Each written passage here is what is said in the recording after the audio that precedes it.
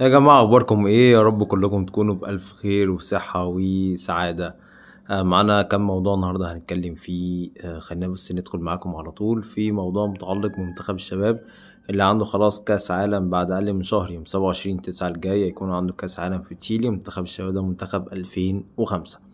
طيب أنا كنت كتبت بوست وقلت إن يعني كل المنتخبات رايح كأس عالم تقريبا عملت ماتشات قوية فترة إعداد قوية.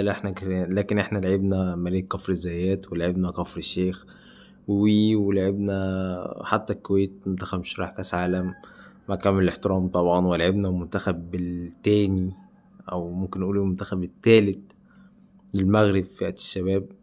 يعني مش ماتشات قوية خالص يعني، وحاليا احنا مش عارفين نلعب ماتشات قوية، أو مش عارفين نلعب منتخبات رايح كأس عالم.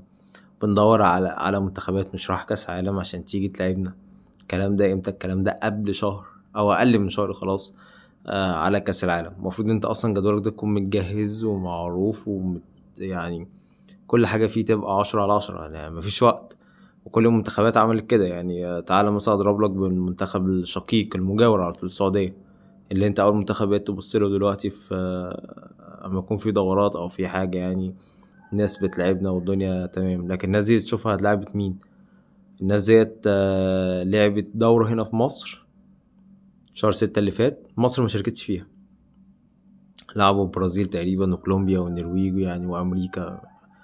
بجانب إنهم عملوا جدول إعداد قوي، لعبوا حوالي 13 أو 14 ماتش مع منتخبات قوية، ومعظمهم منتخبات راح كأس عالم. فيعني الموضوع غريب الصراحة. يعني منتخب ده، منتخب الشباب ده تاني أهم منتخب حاليا بعد المنتخب الأول. سيبك من منتخب المحليين ده ومنتخب التاني ومنتخب كأس العرب، لأن ده معمول بشكل يعني بشكل أساسي معمول لجائزة كأس العرب. أنا أدخل بفرقة كويسة وأنافس فيها في كأس العرب وأوصل أدوار متقدمة وأخد فلوس، ده الهدف منها. لكن المنتخب الأساسي للمنتخب الأول، المنتخب اللي هيمد المنتخب الأول بلعيبة هو منتخب الشباب. هل هو جاهز كأس العالم؟ ما أنا باللي أنا شايفه ده مش جاهز لأي حاجة يعني. ده بالنسبة لمنتخب الشباب. ندخل بقى في الجزء التاني ليه علاقة برابطة الأندية و يعني مكافأة بطل الدوري.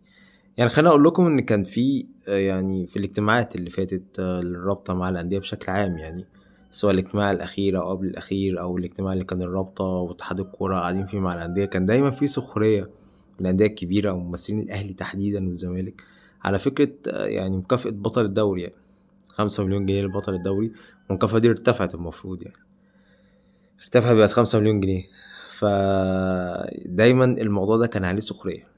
الرابطة على فكرة شغالة دلوقتي ان هي ترفع الجايزة، بتشوف بقى معلن، بتشوف بقى مسوق، يعني اي حاجة ليها علاقة من ناحية تسويقية، لكن حاجة يعني تخليها ترفع الجايزة ديت.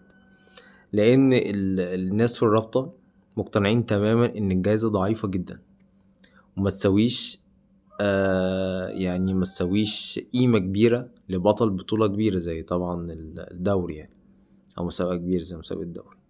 فبالتالي في تفكير كبير قوي ان احنا ازاي ننمي مواردنا في النقطة ديت، وازاي ان احنا نكبر او ان احنا نرفع القيمة المالية لبطل الدوري. يعني القيمة المالية لبطل الدوري، يعني انا شايف، يعني انا وجهة نظري الشخصية شايف ان هي اقل حاجة تبقى 10 اضعاف القيمة ديت. يعني 5 مليون تبقى 50 مليون، ده انا وجهة نظري الشخصية. اكيد مش هتبقى كده، ولكن الناس فعلا بتتحرك ان المكافأة تزيد. لان انا بقول لك يعني في الاجتماعات اللي كانت ما بين الرابطة والاندية في كل الفترات الاخيرة، خاصة الاندية الكبيرة الاهلي والزمالك تحديدا، يعني كانوا بيفضلوا يعني يتكلموا سخرية على فكرة ان بطل الدوري يا جماعة، يعني انتوا ايه العقوبات ديت وايه الاكشنات ديت؟ ده في الاول في الاخر بطل الدوري بطولة بتجيب لنا اعلانات للاندية او حاجة، وبطولة مهمة طبعا جماهيريا طبعا، بطولة بتقلب مصر. لكن 5 مليون جنيه يعني، او المكافأة زادت يعني، يوم ما زاد بقت 5 مليون جنيه. فالموضوع دوت الرابطة شغالة عليه دلوقتي. طيب خلينا ندخل معاكم على القصة التالتة، ليه علاقة بيه طبعا ملف المراهنات في مصر اللي بقى يعني عليه العين وتركيز كبير قوي قوي قوي. طيب خلينا اقول لكم ان اتحاد الكرة بقى مركز قوي. الاتحاد الكرة مركز قوي في الموسم ده في قصة المراهنات، خاصة في الدرجات التانية من اول المحترفين وانت نازل. يعني الدوري المصري طبعا عليه العين وكل حاجة، لكن الدرجات اللي تحت ده عليها تركيز كبير. في ناس جوه الاتحاد شغالة رصد بس على القصة ديت، شغالة رصد على القصة ديت، وأي حالة أو أي موقف أو أي واقعة هيتم يعني يكون فيها شك فيها هتتنقل على طول الجهات المختصة في الاتحاد. وده يعني ده شغل مجلس إدارة الاتحاد بالرئاسة طبعا مهندس هنا وريدة. فيعني الناس شغالة على فكرة المراهنات، لأن الموضوع بقى صعب قوي، والموضوع بقى داخل فيه بيزنس مش حلو خالص. وبقى يعني مش عايز اقول مصدر رزق، لان مفيش رزق طبعا بيجي بالحرام يعني، ولكن يعني الموسم الجديد لما بيبدأ في الدرجات ديت في خلاص مدربين بقى ومسؤولين واتحاد الكرة بيشموا نفسهم ان الشغل راجع، مش شغل لعب الكرة راجع، لا شغل المراهنات راجع.